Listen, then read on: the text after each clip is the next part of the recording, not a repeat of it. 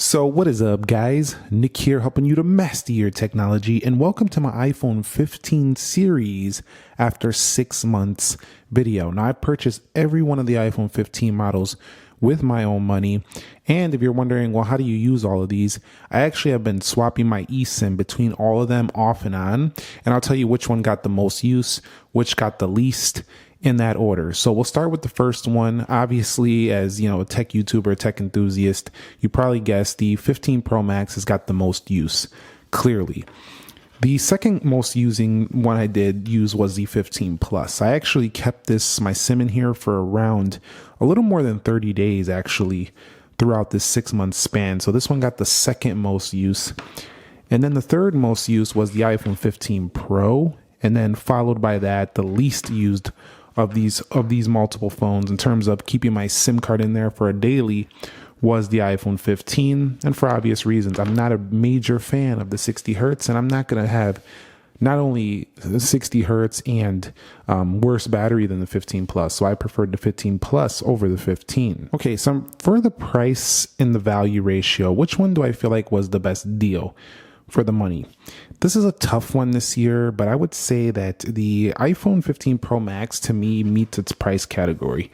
It is a little bit higher than usual, compared to a lot of phones out there, but it doesn't really compromise anywhere. It has great battery life. It's super fast, super long zoom camera, titanium build. It's lightweight. It's for its size. It just doesn't really compromise. It gives you what you pay for. I feel like the 15 Plus is a pretty decent deal if you want a big iPhone as well. This is probably one of the better values as well, but that 60 hertz really irks me, especially considering that with the storage, you can get this thing over 1,000. As a matter of fact, this one I bought here was actually over 1,000. I actually wasn't going to buy this initially, but I said, I have to review this because there are people that watch the channel that want to buy this phone. So I went and bought it anyway, and this actually came out to over $1,000 for the 256 gig model. So for me, just the 60 hertz. Besides that, the 15 Plus probably would have got the best price value ratio for me. I do find the 15 to be definitely practical enough for most people in terms of the price. A lot of people are just going to buy this one and be pretty happy and rock out. The 15 Pro, though, definitely a little smaller screen, high price. This one is going to be for those enthusiasts and people who love premium smartphones and are willing to pay that higher price tag, the 15 Pro. So I feel like the smaller Pro always gets the short end of the stick. A lot of people don't really love the smaller one. I don't know why that screen looks so dark today. I wonder if I have reduced white point on that, but the overall phone here, the 15 Pro, definitely not my favorite price to value ratio, but that's what I feel like about the prices 6 months later. So when it comes to the bodies and the design, I think they all kind of went a similar route here this year. They kind of all look the same, kind of, but just the 15s look a little cheaper. I think the most practical and nicest feeling iPhones of the bunch are the smaller 15s, the 15 Pro and the 15. They went with the 15. They allowed the 15's glass to kind of go right against the edge, so it's really smooth. It's not sharp at the corners.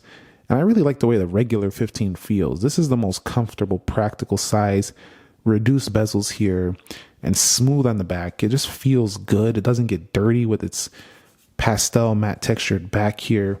Overall, I really like the 15's look. And then I do really like the 15 Pros, but it still has that slight heft to it, that little kind of like little heavy, dense feel. Not quite 13 Pro, 14 Pro heft, but I prefer the lighter 15 feel.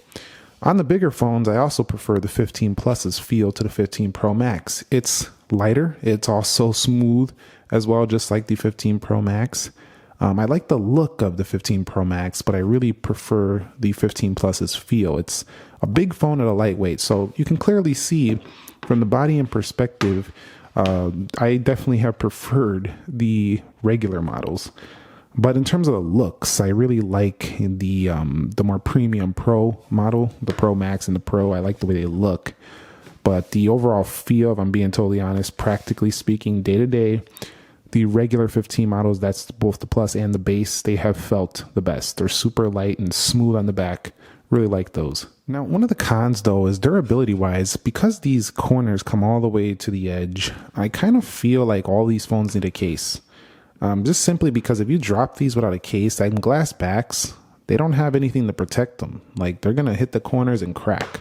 So for me this year, I think cases are pretty much a mandatory on these phones, or a skin and, screen protector, a good screen protector. While they do have better protection than ever before, they still feel like, they need a case. Now, the stainless steel, when I say better protection than ever before, I'm basically saying titanium is strong, but the 13 Pro Max, 14 Pro Max, those seem to be more durable with their stainless steel overall. So again, these are still phones that need a case if you want to protect your investment. So they're not like super, super durable, like don't need a case ever. Maybe one day we'll be at that point where we don't actually ever need a case. But for now, I still feel like you'd still need one. So when it comes to the displays, my favorite displays are both the 15 Plus and the 15 Pro Max. Specifically, the 15 Pro Max, super smooth 120 hertz, very nicely calibrated panel, super smooth, super sharp. But I don't feel like you're sacrificing, besides the 60 hertz, that much on the 15 Plus. A very well calibrated display, similar, almost the same brightness as the iPhone 15 Pro Max. Also similar, if not the exact same pixels per inch. So going between these two didn't feel that much different. There is slightly thicker bezels on the 15 Plus, but only slightly. And bezels are going to get reduced this year once again. But these were my two favorite displays. Big, vibrant, very nice. And I do like the 15's display as well as the 15 Pros in terms of just their color, their reproduction of, the way the saturation looks. It's not oversaturated, nothing like that. But man, the 15 just feels nice in the hand. It just feels very comfortable. The 15 Pro, smoother though, if you like that 120 hertz action. But both very bright, both very nice, crispy pixels per inch, and very well calibrated. So anywhere you go, I kind of felt like it's just a size difference. Every one of these phones kind of look the same. They kind of have the same calibration, it's very consistent. The same sharpness is very consistent. Like, doesn't matter which of the series models you go with out of the 15 series, you're getting almost the same experience as any other person who bought any other one of these, just at a different size or a refresh rate. I'm not going to talk much about software. They all have app library. They all have the same exact features, same widgets. We have a couple camera enhancements to the Pro models, but that's about it. The rest of the software is identical across the board. Same updates, very consistent all the way across. So I don't need to go on and on. I do have to say one thing about software. I really don't like how these bigger models on the 15 still don't really do much else besides do the landscape mode. When you go into certain apps, it will rotate for certain things, which it won't do on the smaller models. But other than that, they don't really do much, and it really irks me because I feel like they have so much space to be able to do this. I really hope iOS 18 brings this to the table. That's about it though. The software is very consistent, it's smooth, and the initial days there was some crashes and bugs, but they've kind of worked those kinks out. Right now they're all performing basically perfect. Performance wise, you really do feel on the 15 Pro and Pro Max like you have a snappier phone. It's mostly due to the 120 again, but the A17 Pro chip as well takes it to the next level. We are using the iPhone 14 Pro series chips in the 15 and 15 Plus. And these phones do support like console level gaming on here. Now, who's going to use them like that? I don't know who's going to do that, but 8 gigs of RAM versus 6 on those. The Pro models are definitely separating themselves from these guys right here if you are looking for, more performance. Not that these can't play it. I didn't really have during my testing any real issues with games on the base models, but they've not really got that extra, oomph that the A17 Pro chip has. They still have less RAM, they still have an older chip, so if you really want the power, you got to go Pro. They really separated them this year. Overheating. How has the heating been? And I gotta tell you, out of all of these, the 15 Pro Max initially was the toastiest for sure. This one got the warmest under my use. Again, most powerful as well. The least warm was the 15 Plus. This one stayed the coolest to the touch for the most part for me. And the second most got warmest was the 15 Pro. And then this was probably close to the 15 Plus, but still got a little toastier than I would like. The iPhone 15 Plus was the coolest phone to the touch overall. And man, look at that matte black with the Apple logo shining on the light. This is just a clean matte black. I know it's not an actual color. Black is not an actual color, but it's a very nice just look to it. Overall, you can see how the inside of the camera is a shinier look where it's matte here. Just looks very boss right there. The USB-C has been one of my favorite things. I absolutely love that these have USB-C. Switching between my iPad Pro, my cameras that have USB-C, my headphones, and then if I use my Android phones or my Mac, everything is going USB-C, and Lightning is just so dated at this point. I know a lot of people are going to argue with me and disagree with me saying, I got Lightning everything. No, it's not. There's Lightning. Yes, I know. Lightning was a thing forever. There's accessories everywhere. A lot of people have it still. A lot of your friends and family probably still have it. But once this whole USB-C thing becomes a thing, it's going to be universal. It's already starting with the 15 series, and it's been absolutely excellent. Once you get a few cables updated in your car, in your home, all the tech is going that way, and you won't have to be asking an iPhone friend for a Lightning cable. You can just ask your Android friend, hey, I know you got a Samsung, let me use your cable though. We both use USB-C. I like the universal compatibility that's coming to these phones, and while it's a little bit better transfer speeds on the Pro models, the USB-C has still been pretty decent, even though it's a slower charging and transfer speed on the base ones. So having the action button on the iPhone 15 Pro and Pro Max, has it been a benefit over the base 15 models? And I honestly forget to use it like 99% of the time. I don't even care about it, honestly. To me, it's not a gimmick. It's still a useful feature. And I do feel like it's going to come to other phones, but it's not a separator to me. I would not pick one of these just for this because honestly, it doesn't make that huge of a difference. For some it will, but this is my channel and this is my opinion and this is what I think. You can disagree if you want, and I'd love to hear your take on it, but for me, I don't care that the action button even existed, honestly. Not that I want it to go away. It's a nice touch. It's a nice little feature, but it's not something that I used more than like maybe a handful of times. I don't even think about it really because I'm just not adjusted to it just yet. Eventually I will become, but I would rather have like what they're rumoring to bring is a actual capture button on the side of the iPhone for the camera. That would be probably something I would be more interested in, as it would make it feel more like a camera. Although the action button is kind of nice if you kind of wanted to customize it yourself. Let's get on to a topic a lot of people love. That's the battery life. The battery life here, king, is the iPhone 15 Plus here. Now you can see I haven't used it in a couple days, so definitely this thing doesn't show its current battery, but the 15 Plus was my favorite. This thing just goes and goes and goes. The 15 Pro Max is at the same level, so I love that one too.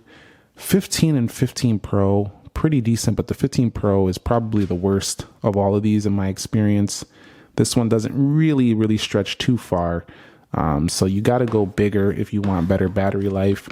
And the 15 model is enough for practical daily users who don't go more than medium to slightly heavy use. It'll do the job, but you're charging that more. The iPhone 15 Plus is just a monster in battery, and the 15 Pro Max as well. These things are like 2-day phones. They're really that good.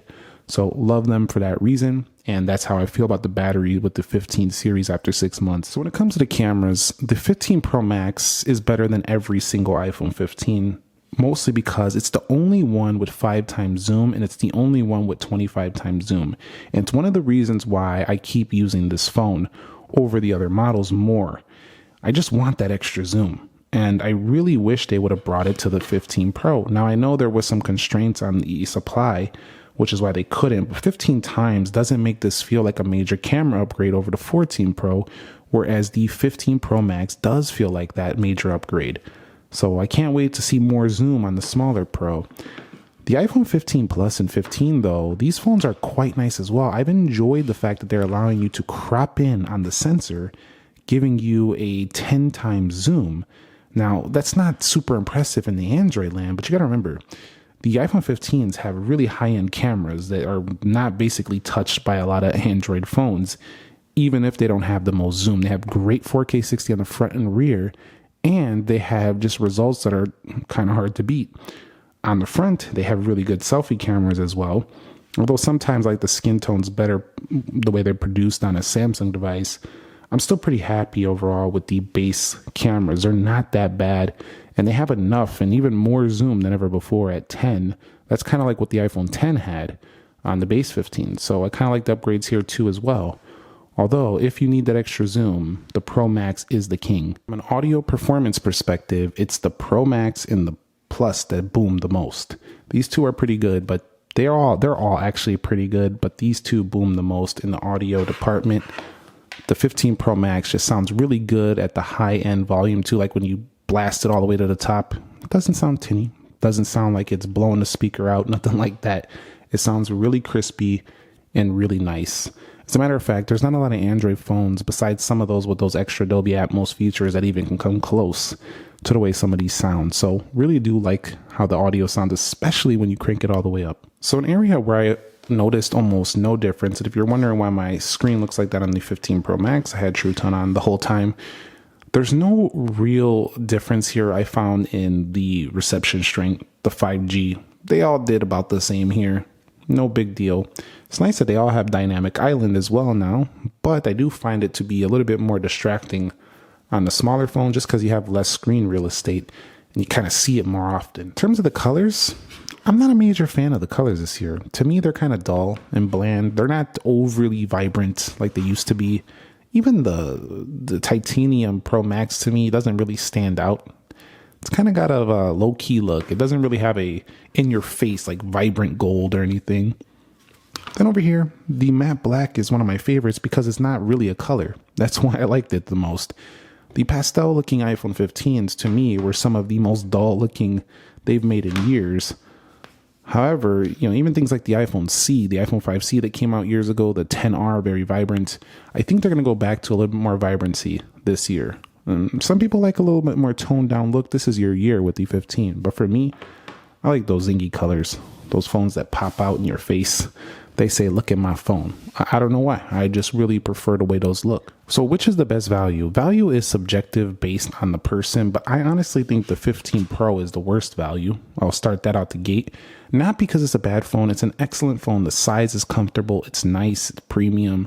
But you're sacrificing battery and screen real estate and the camera. This has the most sacrifices out of the 15 series, especially, if you're going to consider the Pro Max. The absolute best value to me, I think, is the 15 Pro Max, just because it's the only one out of all these that doesn't really have a con to me. It doesn't really have anything that like stands out as like, oh, they should have did this, they should have did that. There's not much you can say really bad about this phone, besides it was overheating at first, but they fixed that in some software updates.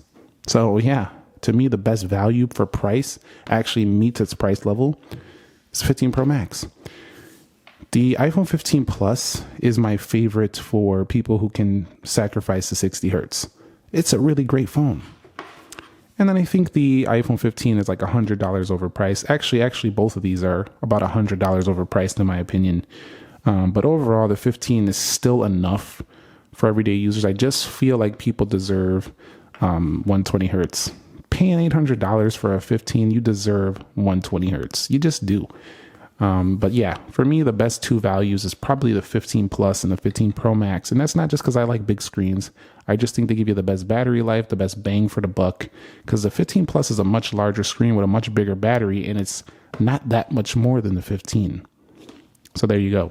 Thumbs up if you enjoyed my 6 months later between all of the iPhone 15s. And I want to hear your thoughts. What do you think about them down below in the comments section? Catch you on the next one. Nick here.